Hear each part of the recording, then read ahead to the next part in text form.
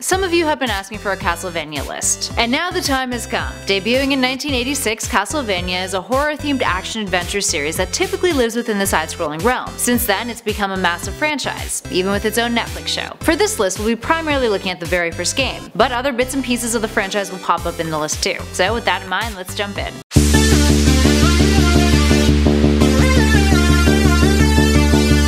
Number 10 is Dracula. In the 1986 Castlevania manual and its promotional material, Dracula was never referred to as Dracula, but rather the Count, which is odd considering the name of Dracula is used in the game, which means that copyright issues were not the reasoning behind that. Many speculate that this is because of Konami's American branch failing to do the research on whether or not the name Dracula was copyright protected. They had a tendency to translate names into things that didn't necessarily match up with what the original names were in Japan. Up next, number 9 is platforms. The Castlevania games have appeared on many different platforms over the years, so much so that there's a massive list of them, 23 of them as of 2017. These include the NES, the Super NES, Genesis, Commodore 64, PlayStation, the PS2, PS3, Wii, Xbox, Xbox 360, Game Boy, and Game Boy Advance. The last game to be released, Lords of Shadow 2, was released for PC, PS3, and Xbox 360. Up next, number 8 is the religious symbolism. Castlevania is one of the only series available on Nintendo consoles that has blatant religious symbolism. Games like Animal Crossing had religious symbols removed from it, and games like The Binding of Isaac were banned altogether because of their religious connotation. Nintendo of America's head of business development, Dan Edelman, told IGN back when The Binding of Isaac was banned from their systems, I quote, "We carve out some categories of content we don't allow. Religious themes is one of those topics. Castlevania, on the other hand, has always slipped through the cracks. The 1986 game is jam-packed with religious symbols, like crosses and holy water." Up next, number 7 is Game of Thrones. Jumping out of vampire hunting and into the world of Westeros, some fans have pointed out that there's a Castlevania Easter egg in Game of Thrones. In the High Valyrian language, the word chain is Belmont, which many believe to be a reference to Simon Belmont and his ability to chain whip in Castlevania. The Netflix Castlevania series returned the favor, including a Game of Thrones Easter egg in the series' second episode, with a sword hanging on the wall. It bears many similarities with Jon Snow's Longclaw, given to him by Commander Mormont. Up next, number 6 is Maui. Konami had a wee obsession with Maui, the famous heads from Easter Island, so much so that they made an appearance in one of their classics, Gradius. This became a reference in the original Castlevania games. Once you've beaten the game and play through it a second time, a few Maui heads appear, 3 of which make an appearance in total. The first appears in the second stage when standing on the moving platform, and the other 2 are in the third stage. One you can see when crouching over top one of the staircases, and another one walking to the far right of the third area in that stage. Up next, number 5 is the end credits. In the original game, there's several names in the end credits that are parodies of famous individuals who are linked to classic horror and monster films. These include Bram Stoker,